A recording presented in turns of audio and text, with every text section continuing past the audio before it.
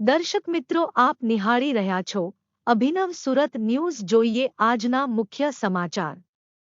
ટેટના બક્ષીપંચના વિદ્યાર્થીના ઊંચા માર્ક્સ હોવા છતાં ભરતી ન મળતા સચિવાલય ગાંધીનગર ખાતે ટેટ પાસ વિદ્યાસહાયક ઉમેદવારોને ઓબીસી એસસી અન્યાય બાબતે આજરોજ આંદોલન કર્યું અને ન્યાયની માંગણી કરી હતી.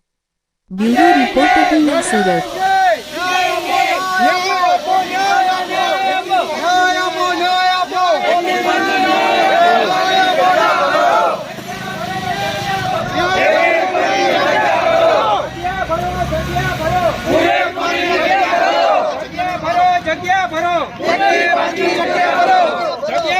જગ્યા ભરો